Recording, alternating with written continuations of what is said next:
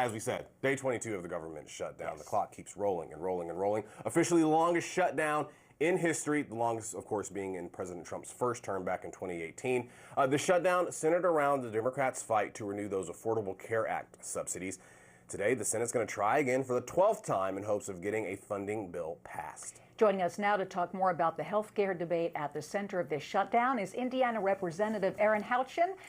Representative Houchin, it is so wonderful to have you with us this morning. Thanks for being here. Great to be with you. Thanks for having me. So let's talk about this health care issue, because there are a lot of people in this country who are about to see their premiums go up unless something happens. They're really worried, and I'm sure you're worried about your constituents. Yeah, thank you for asking. It is an important issue, but as we've seen Democrats in the past argue that we shouldn't argue policy in a continuing resolution, that's what House Republicans are saying. That yes, this is a policy that we should discuss, but we need to open the government first. This is a continuing resolution that Chuck Schumer has voted for 13 times.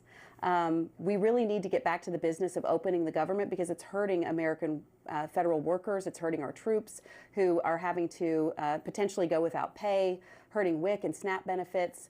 This is hurting hardworking families, and we can get to the conversation about the subsidies, but we need to open the government first. So I hope Democrats will vote for this CR when it comes to the floor again. Open enrollments on November 1st. Do you think even if the government were to open today that that's enough time to debate, get what you need to get approved to get these subsidies perhaps extended? And if that is not enough time, your constituents are looking at having to pay more for their health care. What do you tell those folks who are going to have to tighten their belts in an already tough time out there? Well, this is a subsidy that is a COVID-era subsidy that the Democrats put into place to expire in December of 2025.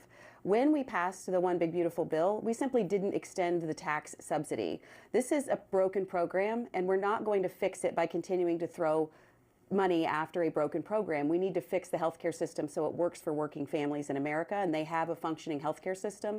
Unfortunately, the subsidies benefit most insurance companies and not citizens. So do we need to have the conversation? Yes, we actually have until December of this year to address the issue. But rates are already coming out. I mean, because companies have to let the government and the people know that they're going to raise their rates. Sure, but we do have until the end of December. I mean, we always have time to work on these issues. The subsidy actually doesn't expire until December, so we will have time to have the conversation. I think the conversation needs to be around getting us off of these subsidies and actually fixing health care rather than continuing to throw money at a broken program. Should we have a glide path to figure that out? I think that's probably a fair conversation to have, but we need to open the government first.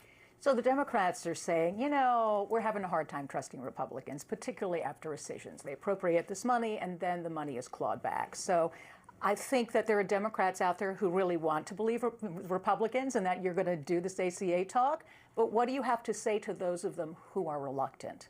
Well, I would say that we continue to have bipartisan conversations. Most of the things that we do in Congress are actually bipartisan. About 80% of the bills that we pass are bipartisan. That's like every state house in the country, whether it's a supermajority Republican, like in Indiana, we pass about 80% bipartisan items. So I don't think that there's an issue where Democrats should distrust Republicans. I think that we have to stop playing politics with this government shutdown and just get back to the business of the people.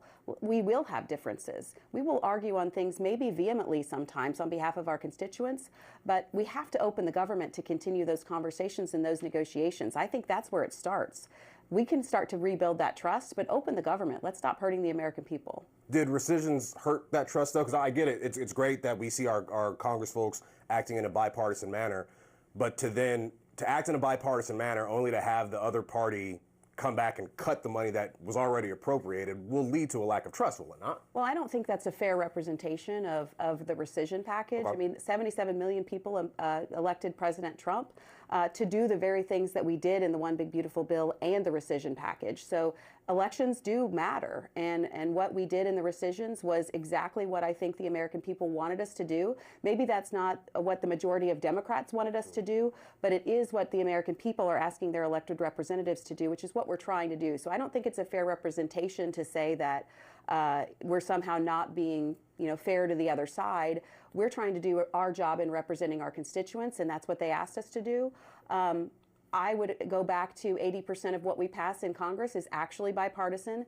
When President Biden was in office, we worked well with the other side. I would ask the same of the Democrats. Just because you don't like President Trump doesn't mean you shouldn't try to work with us.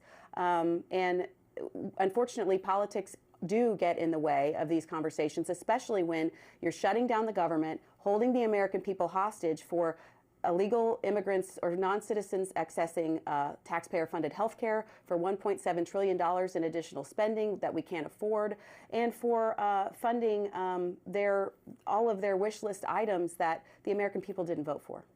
So let's talk about farmers. We'll just shift that conversation. Yeah. I'm old enough that I remember how much farmers have suffered in this country with the closing of family farms, like 30 years ago, a long time ago. And then during the first Trump administration, soybean farmers were hurt because there were tariffs. And now they're hurting again. How difficult is that for you? And how difficult is it for them? Because this is a president they support and like. Absolutely. And when I'm back home in the district, I mean, Indiana is a corn and soybean state. We have a lot of soybean farmers in the district. What President Trump is doing is trying to decouple our reliance on China by opening up other markets. And that's going to be ultimately good for the American farmer. We don't want to have a situation where our top buyer is a country like China, who is not a supporter of the United States. They're not one of our allies. We need to open up those other markets, and President Trump is trying to put the American farmer first in these conversations. I think that's evident with the beef announcement that Brooke Rollins made, that what he's really trying to do is make the situation better for farmers around the country, including in Indiana. When I'm back home, people still support President Trump in the district. Farmers are still supporting President Trump because they trust him. He has delivered again and again on what he said he's going to do, and the results have proven successful for him. Every time that he's counted out, he comes back to the table and finds a success, and I think he's going to for the American farmer. So when China stopped buying soybeans from America, they went to Argentina to buy their soybeans. We're about to do a $20 billion currency swap, which a lot of folks are just considering a bailout for Argentina, and then a private, funding of about $20 billion on top of that. Why is it good for Indiana farmers to pay $20 billion to bail out the Argentinian economy? When the president was asked about that very question, he said, look, people in Argentina are dying, that's why we got to do this. Well, people in Indiana, farmers in America, are hurting. This is the America First president. Why is that a good idea for American farmers to bail out Argentina? Well, America feeds the world. There's no question about that. And the American farmer, including in my home state of Indiana, is important. But you're missing the broader point that no president since World War II has renegotiated any trade deals, and President Trump has said we have to do better for the American worker, we have to do better for the American farmer, and that's going to involve some negotiations. I was in the Oval Office when President Trump negotiated the trade deal with Japan. I got to watch that negotiation, and it was fascinating to see. What I learned from that is that he's a great negotiator. He is the chief deal maker, the deal maker in chief. On the other side of this, I think the American farmer is going to come out on top. And just look at what we did in the One Big Beautiful Bill for legacy farms. We eliminated the estate tax so that farmers and farm families can actually give those farms to the next generation without having that tax benefit, which may cost them to lose it all. So what happens if China says no? It takes two parties to make a deal. What if China tells the president to go kick rocks? We're just going to keep buying soybeans from somewhere else. What does that mean for Indiana farmers? Well, it means that we're going to continue to open up other markets so that we reduce our reliance on a country that is not our friend. Okay. I'll be the shift topic person. Let's shift the topic to the DOJ and the president wanting to sue the government for $230 million due to the investigations. I'm just curious because Republicanism has typically been fiscal conservatism. We're talking about trimming the government because, the thinking is the government should be smaller. How do you feel about the president going after 200? I know he says he's going to give it to charity, but nonetheless, $230 million from DOJ. Well, it's absolutely unconscionable what President Trump had to go through with a weaponization of the Justice Department, and we've learned not just President Trump, but senators and members of Congress were targets of this Justice Department, or the Biden Justice Department. So, the president is going to take this action. It's well within his right to ask reprieve from a government that did cause harm to him, just like any other American citizen. And just because he's the president of the United States doesn't mean that he is not entitled to get reprieve from a government. That's why we have our Constitution and due process. So that may be litigated, and that's a conversation that maybe we need to have. Maybe it will act as a deterrent for future departments of justice to not weaponize the government against a former president of the United States or other American citizens. Well, he's indicting a lot of people, so there's that, right? Well, that's not like it hasn't happened in the history of our country that members of other administrations have been indicted. And the fact is that those people did do harm.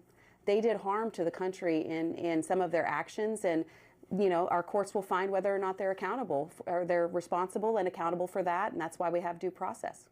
All right, we're getting to wrap, but Sean, I'm hoping you might just be able to work with us to extend this interview a little bit long. Medicaid work requirements. You have an op-ed in the Hill talking about restoring the dignity of work. Medicaid work requirements have been something Republicans have been pushing for a very long time.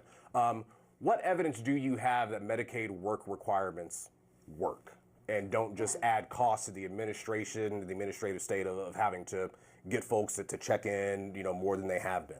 I don't think it adds cost to the administrative state. I think actually the CBO scores, which are not traditionally right-leaning, although they're nonpartisan. Many of the people in the CBO have accepted or made contributions to Democratic candidates. So the CBO is not exactly a right-leaning organization. Right. What I would say is also that we've had work requirements in Indiana. President Clinton put in work requirements. This is part of achieving the American dream. And we want people to have a stake in their future. What we don't want is to have a continued reliance on the government. And these work requirements are part-time for serving, for working, for getting an education, a part-time 20 hours a week requirement in exchange for benefits for able-bodied adults. This is to encourage them to participate in the American economy, hopefully catch the wave of the American dream, when otherwise they'd be sitting on the sidelines. I don't think that the paperwork requirement and checking in is that much of a hurdle for most people. And what I would say is that if we do not believe in the agency of Americans to follow through with the paperwork and to hold this 20-hour-a-week requirement in exchange for a federally funded benefit, we are really selling them short. We should believe in their agency and their personal agency and their opportunity and ability to seize the American dream through working. Anything you would like to leave people with as we wrap this up? I just sure hope that the Democrats in the Senate will vote to open the government when the next time Leader Thune puts this CR on the floor. It's clean. There are no policy writers in there. We need to open the government, get the people back to work, and start paying our federal workers and stop hurting the American people. Representative Erin Houchin, we're so thrilled to have you with us this morning. Thanks so much. My pleasure. Hey, pretty good football team in Indiana these days. Great football team, and we're very excited that Coach didn't go to Penn State. Our producer is not excited about that. Thank you so much, Representative. We really do appreciate it. By the way, you can read the representative's piece right now on thehill.com.